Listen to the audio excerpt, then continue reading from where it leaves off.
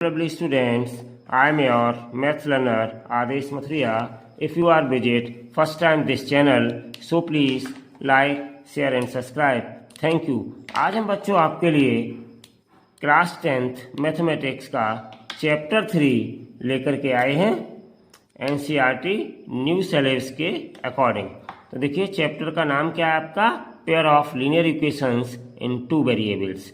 तो आज हम आपको बच्चों इस चैप्टर में फुल कॉन्सेप्ट आपके चैप्टर की देने वाले हैं। ध्यान से बिना स्किप किए हुए पूरे वीडियो को देखते रहिएगा बच्चों, ठीक है, जिससे कि बहुत सारे फंडामेंटल्स हैं वो आपके क्लियर होने वाले हैं। चलिए तो बच्चे स्टार्ट करते हैं इस चैप्टर को। नया चैप्टर है आपका, बिल्कुल अभी आपने पढ़ा भी नहीं है। चलिए बच्चों स्टार्ट करते हैं। तो देखिए इस चैप्टर के अंतर्गत इंट्रोडक्शन पार्ट में हम आपके लिए 4 मुख्य चीज़ें लेकर के आए हैं। सबसे पहली चीज़ है graphical method of solution of a pair of linear equations. NCERT की न्यू बुक में पेज 25 पर दिया गया है। दूसरा आपका है algebraic method of solving a pair of linear equations, जिसमें 2 चीज़ें हैं, मतलब 2 मेथड हैं आपके। फर्स्ट मेथड है सब्स्टिट्यूशन मेथड, सेकंड है एलिमिनेशन मेथड और रिमूविंग वन वेरिएबल। और भी मेथड हैं बच्चों, क्रॉस मल्टीप्लिकेशन मेथड भी हैं, परफेक्ट स्क्वायर मेथड, वो सारी आपकी हटा दी गई हैं, ठीक है, न्यू सिलेबस में। तो चलिए बच्चों अब हम स्टार्ट करते हैं। आपका पहला वाला पार्ट है graphical method of solution of a pair of linear equation. तो चलिए बच्चों इसको स्टार्ट करते हैं हम। बहुत ध्यान से समझिएगा इन चीजों को।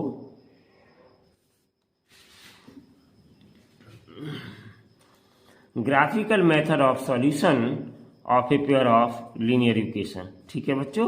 तो देखो for the system of pair of linear equations,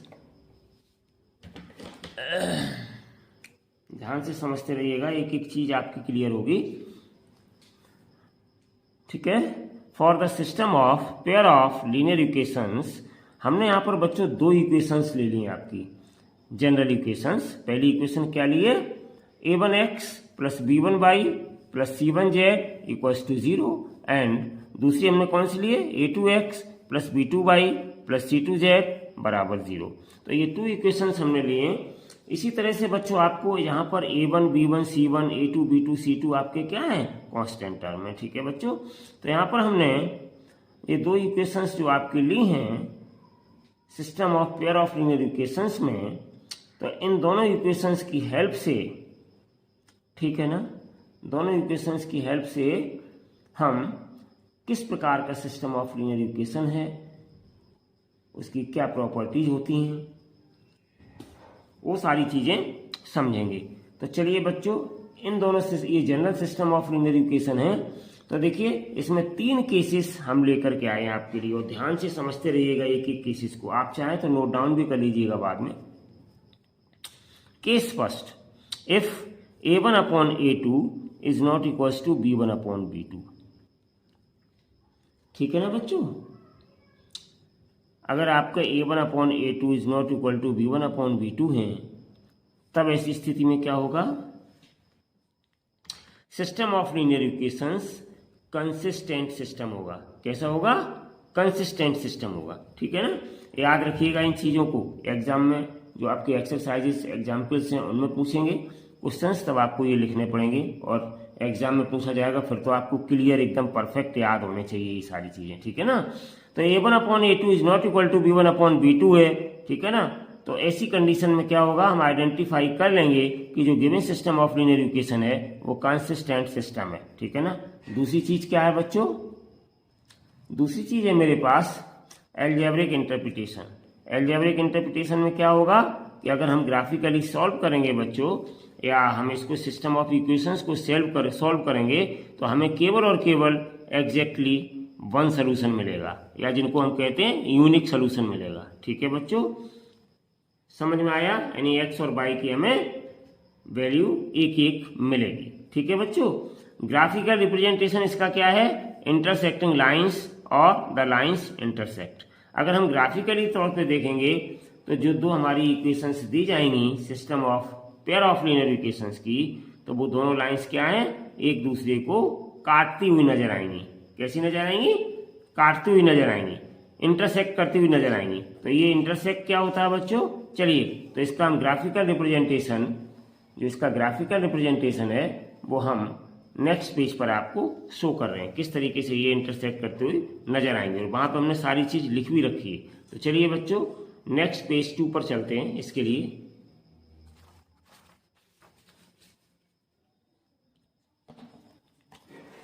तो पेज नंबर 2 है मेरे पास, जिसमें हमने आपके लिए बनाया है ये पूरा, ध्यान से देखते रहिएगा। तो इसमें क्या है आपका, देखिए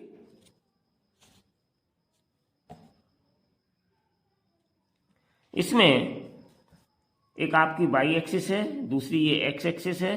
तो अगर दो लाइन आपकी हैं a1x plus b1y plus c1z बराबर 0, e2x plus b2y plus c2z बराबर 0, और ये दोनों लाइनें कैसी नजर आ रही, इंटरसेक्ट एक पॉइंट पर। ये हमने एक पॉइंट लिख लिया है, यहाँ पे आप कोई भी नाम दे सकते हैं, क्यू डाल सकते हैं, जो भी डालना चाहें आप, एक पॉइंट यहाँ डाल सकते हैं क्यू, जहाँ पे ये लाइंस दोनों इंटरसेक्ट कर रही हैं, ठीक है ना। तो ये लाइन कैसी कहलाती हैं, इंटरसेक्टिंग, और द लाइन इंटरसेक्ट्स और इंटरसेक्टिंग लाइंस। किस कंडीशन के अंतर्गत ये होता है, कैसे आइडेंटिफाई करोगे, सिस्टम कंसिस्टेंट है, a1/a2 is not equal to b1/b2। तो सारी बायोग्राफी हमने ग्राफ में डाल रखी है आपकी, ठीक है बच्चों। अच्छे से समझ में आ गया होगा कि केस फर्स्ट में अगर a1/a2 is not equal to b1/b2 है, तो ऐसी कंडीशंस में क्या हो जाएगा, ये इंटरसेक्टिंग लाइंस होंगी, समझ गए बच्चों। और कैसा सोल्यूशन देंगे, यूनिक सोल्यूशन देंगे, या द एग्जैक्ट वन सोल्यूशन, ठीक है बच्चों। एक्स और वाई की एक एक वैल्यू आएगी। तो ये था आपका केस फर्स्ट। चलिए बच्चों अब हम चलते हैं इसके केस सेकंड पे। ये सभी फंडामेंटल बहुत इंपॉर्टेंट हैं, आप इनको अच्छे से याद कर लीजिएगा, और आगे एक्सरसाइज एग्जाम्पल्स में इनको हम फिर रिपीट करेंगे बच्चों। तो चलिए नेक्स्ट है मेरे पास केस सेकंड। अगर आपकी ये कंडीशन बनती है, system of linear equation given है आपको, और ये कंडीशन बनती है कि a1/a2 equals to b1/b2 equals to c1/c2, ये कंडीशन बच्चों बन के आती है, तो ऐसी कंडीशंस में क्या होता है, तो ऐसी कंडीशंस में ध्यान से देखिएगा, system of linear equation has consistent और डिपेंडेंट सिस्टम, ठीक है बच्चों। याद कर लीजिएगा इसको अच्छे से। जब तीनों रेशियो बराबर आ जाए, a1/a2 b1/b2 c1/c2 तीनों इक्वल आ जाएं, तो ऐसी कंडीशन में जो given system of linear equations हैं वो कंसिस्टेंट और डिपेंडेंट सिस्टम हो जाता है। अच्छा, एल्जेब्रिक इंटरप्रिटेशन में क्या होगा बच्चों, इनफाइनाइट मेनी सॉल्यूशंस, इसके बहुत सारे सॉल्यूशंस मिलते हैं, इनफाइनाइट सॉल्यूशंस प्राप्त होते हैं, ठीक है ना। और ऐसी कंडीशन में ग्राफिकल रिप्रेजेंटेशन इसका क्या होता है बच्चों, तो चलिए ग्राफिकल रिप्रेजेंटेशन में लाइंस आर कंसिडेंट और द लाइन कंसाइड्स। तो देखिए बच्चों कंसाइड्स लाइंस क्या होती हैं, ध्यान से देखिए, मैंने आपको ग्राफ बनाया हुआ है, इससे आप समझिएगा कंसाइड्स लाइन क्या होती हैं। ध्यान से देखिएगा, कंसाइड लाइंस का मतलब होता है कि एक लाइन के ऊपर जस्ट दूसरी लाइन आती है। हमें देखिए ये यहाँ पर आसमानी कलर से एक लाइन दिखाई हुई है, जिसको हमने एरो बना के नीचे लिख दिया। ये लाइन है आपकी a1x b1y c1z बराबर 0, ठीक है बच्चों। और इसी के जस्ट ऊपर दूसरी लाइन आ रही है, ठीक है ना, इसको कहते हैं कंसाइड्स, एक दूसरे को कवर कर लेती हैं, या यूं कहिए बच्चों एक दूसरे को बिल्कुल पूर्णतः ढक लेती हैं, एक के ऊपर दूसरी लाइन है, ठीक है ना बच्चों। तो ये कंडीशन कब लागू होती है, किस केस में होती है ये, कि अगर a1/a2 equals to b1/b2 equals to c1/c2 है, तो लाइन कंसाइड्स या कंसिडेंट लाइंस होती हैं, ठीक है बच्चों। और इनके सोल्यूशन कैसे आते हैं, infinitely many solutions, infinitely many, अनेक सोल्यूशन होते हैं, क्योंकि एक्स वाई दोनों एक ही लाइन पर एक के ऊपर एक लगे होते हैं, तो एक्स वाई की तमाम वैल्यूज होती हैं, ठीक है ना बच्चों। तो इसीलिए हम उसको कहते हैं कि इनके सोल्यूशंस कहते हैं इनफाइनाइट मेनी सोल्यूशंस आते हैं, ठीक है बच्चों। चलिए अब हम चलते हैं अगले पेज पर, अगला पॉइंट केस थर्ड। तो केस थर्ड में क्या होता है बच्चों, ध्यान से समझते रहिएगा, इसीलिए वीडियो में कम समय लगे, इसलिए मैंने पहले ही बहुत सारी चीजें लिख लेता हूं आपको समझाने के लिए। तो देखिए बच्चों यहाँ पर केस थर्ड हम लेके के आए हैं। केस थर्ड क्या है मेरे पास,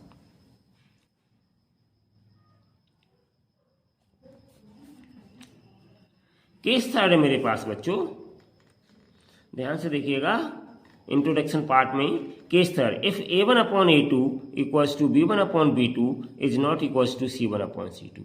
A1 और A2 की वैल्यू तो बराबर है, लेकिन C1 और C2 का जो रेशियो वो बराबर नहीं है इन दोनों के।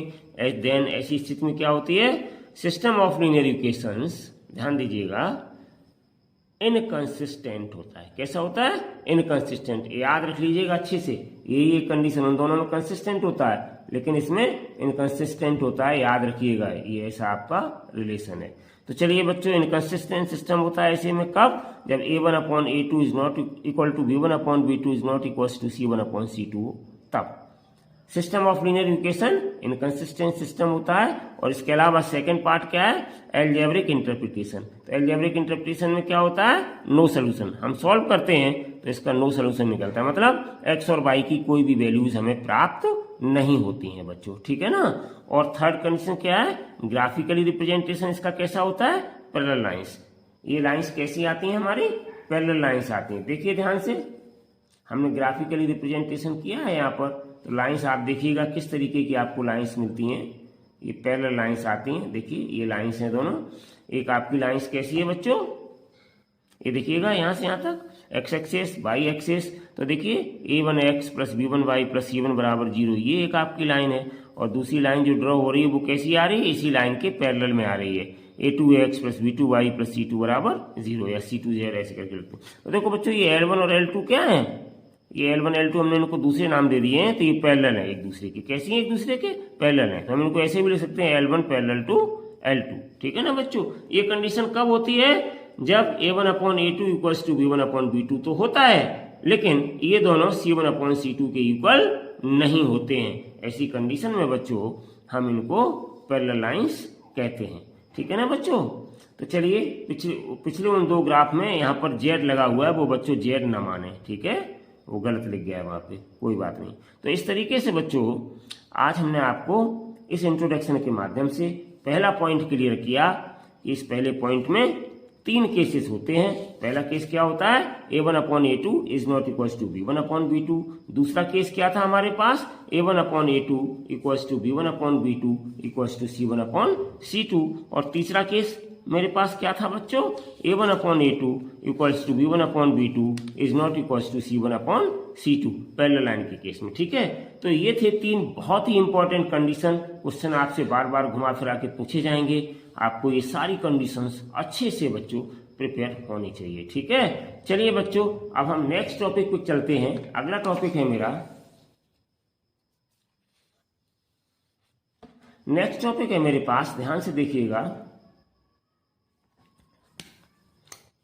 इसी इंट्रोडक्शन पार्ट के क्रम में नेक्स्ट टॉपिक हम आपके लिए लेके आए हैं क्लास 10th के लिए।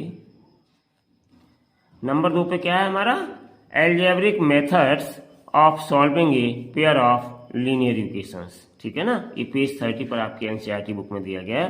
तो इसमें 2 मेथड होते हैं बच्चों, एक सब्स्टिट्यूशन मेथड, ठीक है ना, और दूसरा आपका एलिमिनेशन मेथड। बकाया और भी हैं आपके, वो आपके आउट ऑफ सिलेबस हैं, ठीक है बच्चों। फिलहाल में पहले ये आपके सिलेबस में और भी मेथड थे, तो यहाँ पे 2 मेथड जो सिलेबस में है, इन्हीं दोनों मेथड पर हम आज आपको सिखाएंगे। तो देखिए बच्चों, पहला है सब्स्टिट्यूशन मेथड या प्रतिस्थापन विधि। तो देखिए बच्चों, एक हमने एग्जाम्पल आपका लिया है जो आपकी बुक में पेज 30 पे दिया गया है, solve the following pair of equations by substitution method. मतलब here we explain this substitution method by taking an example, ठीक है बच्चों, जो पेज 30 पर आपका दिया गया है of your new NCERT book, ठीक है बच्चों। चलिए, तो हम इस एग्जाम्पल को सॉल्व करेंगे और समझेंगे कि क्या है हमारी सब्स्टिट्यूशन मेथड। तो देखिए बच्चों, सब्स्टिट्यूशन मेथड के लिए हमने यहाँ पर जो एग्जाम्पल लिखा है, इसमें 2 इक्वेशन है। 7x minus 15y equals to 2। क्या कह रहे हैं, solve the following pair of equations by substitution method. अगर सब्स्टिट्यूशन मेथड से एग्जाम में आता है सॉल्व करने के लिए, तो बच्चों फिर सब्स्टिट्यूशन मेथड का ही आप यूज करेंगे, दूसरी एलिमिनेशन मेथड का यूज नहीं करेंगे, या आपको अगर और भी मेथड कोई आती है तो उसका भी यूज नहीं करेंगे, ठीक है बच्चों। चलिए, तो यहाँ पे हम स्टार्ट करते हैं। तो ये जो 2 इक्वेशन दी गई, इनको हमने यहाँ पे बच्चों रीराइट कर लिया है, दोबारा से लिख लिया है। अब हम इसको सॉल्व करेंगे, ठीक है ना बच्चों।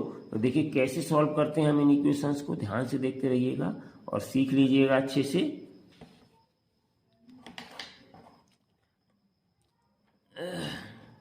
तो देखिए बच्चों, यहाँ पे दो इक्वेशन दी गई हैं, तो इसमें जो सिंपल वाली इक्वेशन है वो इक्वेशन 2 है। इस इक्वेशन 2 को हम यूज करेंगे पहले। तो बाई 2 हमें क्या मिल जाएगा, क्या दिया है इक्वेशन 2 में हमारे पास, x प्लस 2y बराबर 3। तो इम्प्लाइज, ध्यान से देखिएगा, यहाँ से हम क्या करेंगे, x की वैल्यू निकालेंगे। तो x इक्वल्स टू हो जाएगा 3, ये प्लस के 2y है तो इधर माइनस के 2y हो जाएंगे बच्चों। इसको हमने इक्वेशन नंबर 3 डाल दिया, ठीक है ना। अब x की वैल्यू इक्वेशन 3 से जो हमारी i है वो हम इक्वेशन 1 में प्रतिस्थापित कर देंगे, मतलब सब्स्टिट्यूट कर देंगे। इसीलिए बच्चों हम इसको कहते हैं सब्स्टिट्यूशन मेथड। तो चलिए बच्चों, अब हम इस वैल्यू को यूज कर रहे हैं, रख रहे हैं यहाँ पर। तो हम यहाँ पे क्या लिखेंगे, पुट, यहाँ पे हम बच्चों लिखेंगे put the value of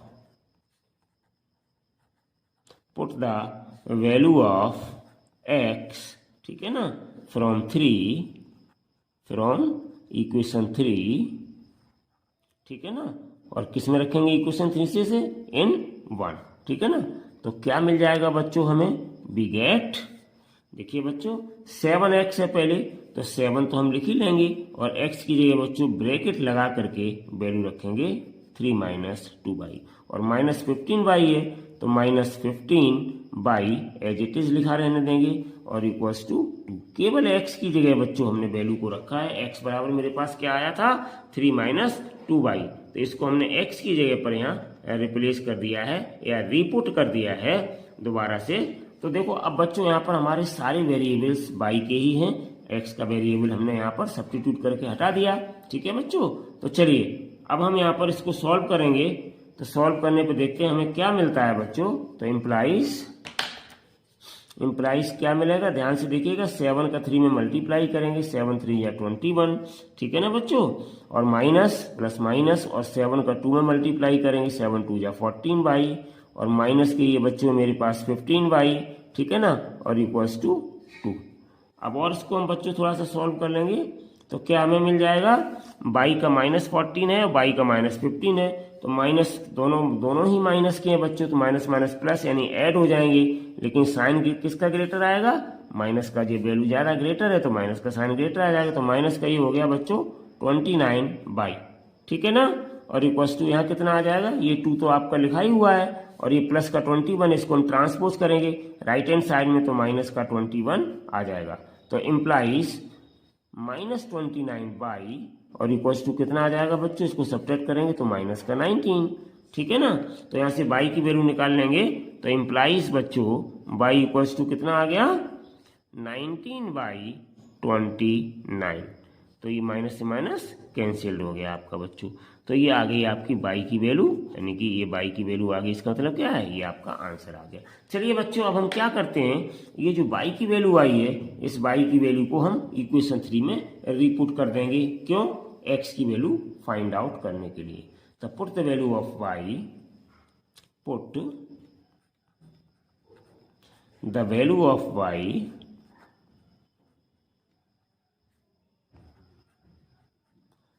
equals to 19/29 in equation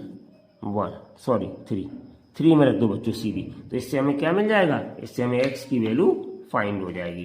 तो इम्प्लाइज x इक्वल्स टू कितना आ जाएगा, कितना है मेरे पास, 3 माइनस 2y, तो 3 एज इट इज रख देंगे, माइनस 2 एज इट इज रख देंगे, मल्टीप्लाई का साइन लगाएंगे, और y की जगह क्या लिखेंगे, 19/29। तो 19/29 हम y की जगह केवल रखेंगे, बकाया पूरा इक्वेशन एज इट इज हमने लिखा रखा बच्चों। सॉल्व करिए इसको।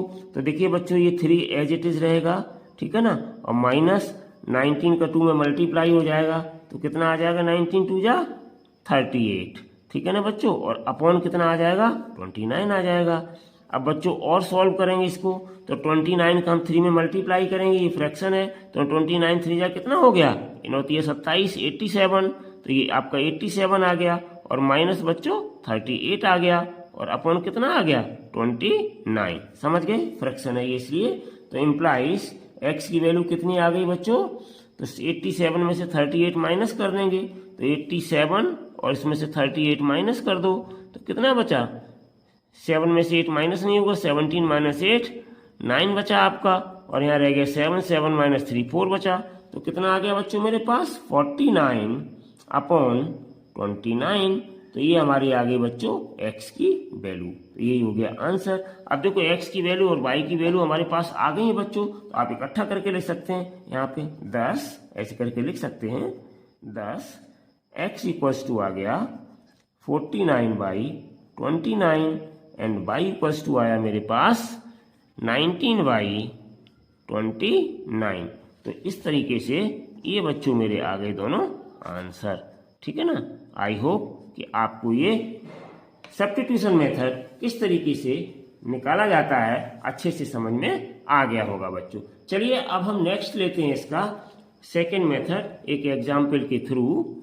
ठीक है ना बच्चों, कि एलिमिनेशन मेथड में हम किस तरीके से वैल्यूज को फाइंड आउट करते हैं। ठीक है बच्चों, चलिए लेट्स स्टार्ट। तो अब हम बच्चों आपके लिए एलिमिनेशन मेथड का यूज करना सिखाएंगे। तो देखिए बच्चों, एलिमिनेशन मेथड क्या होता है।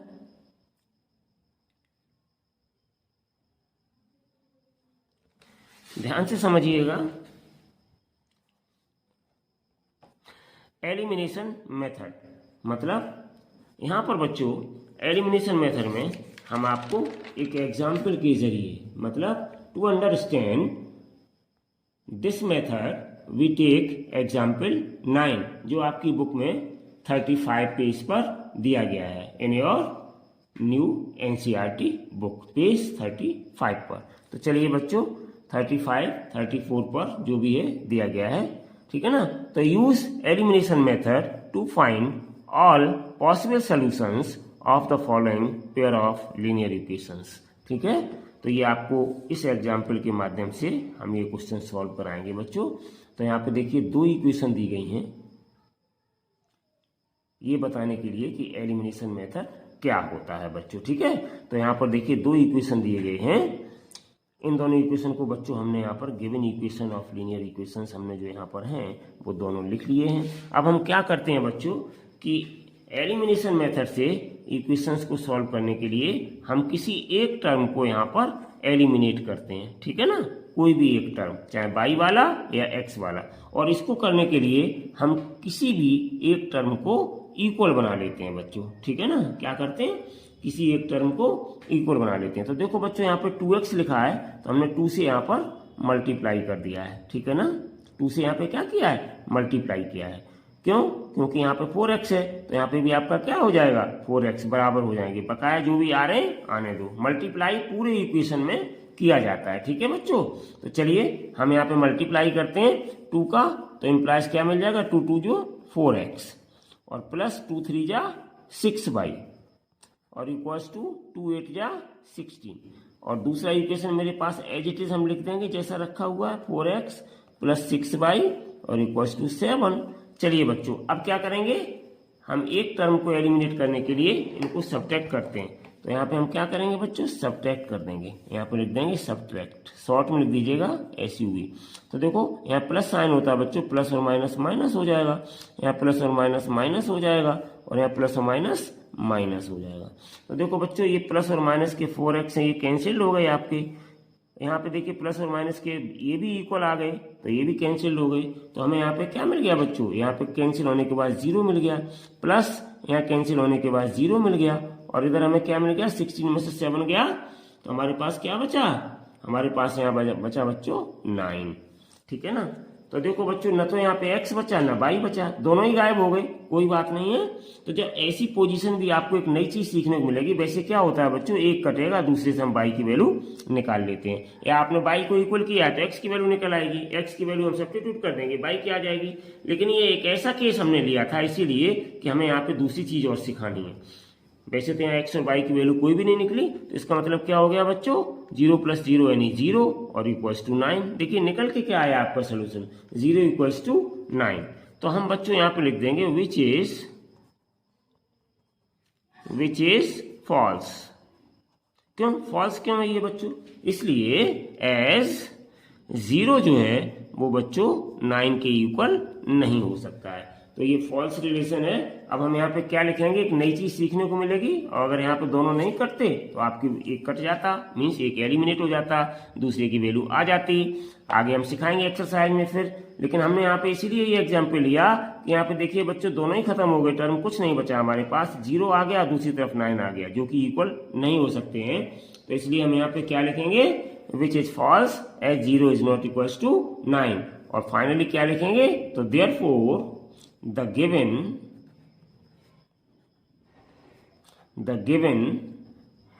pair of system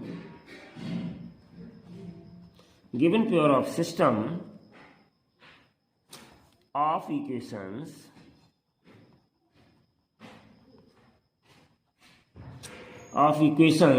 has no solutions।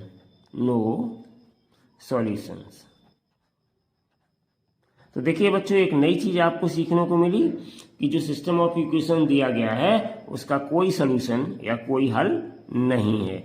और अगर बच्चों यहाँ पर एक y आ जाता है x कैंसिल होने के बाद, तो y की वैल्यू आ जाती, और y की वैल्यू हम क्या करते, फिर इस इक्वेशन में रख देते किसी एक में, सिंपल वाली में, तो x की वैल्यू आ जाती। तो ये थी बच्चों आपकी एलिमिनेशन मेथड, ठीक है। लेकिन यहाँ पर एक न्यू रिजल्ट मिला कि यहाँ पर x y दोनों ही कैंसिल हो गए। तो ये बताने के लिए मैंने इस एग्जाम्पल्स को लिया था बच्चों, ये बताने के लिए कि देखिए नो सोल्यूशन कब होता है।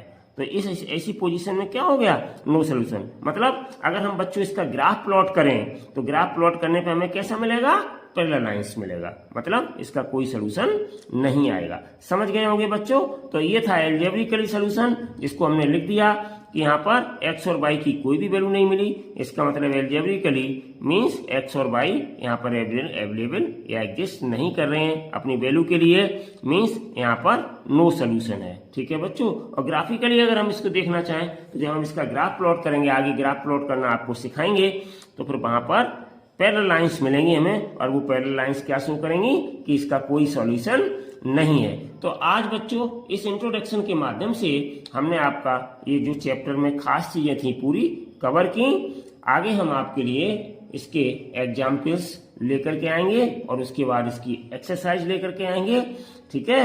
Thank you so much for watching this video. Take care and bye bye.